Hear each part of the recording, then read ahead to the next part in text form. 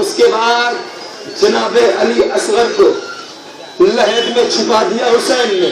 لحد میں چھپانے کے بعد اب پانی تو نہیں ہے جو اصغر کی لحد پہ ڈالتے.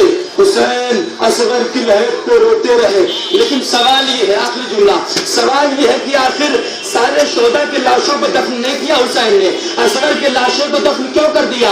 اس لیے کہ حسین جانتے تھے یہ ظالم بعد شہداء کربلا شہادت کے بعد یہ لاشوں کو پامال کر دیں گے. حسین نہیں چاہتے تھے کہ میرے 6 ماہ کے بچے کا لاشا بھی پامال ہو.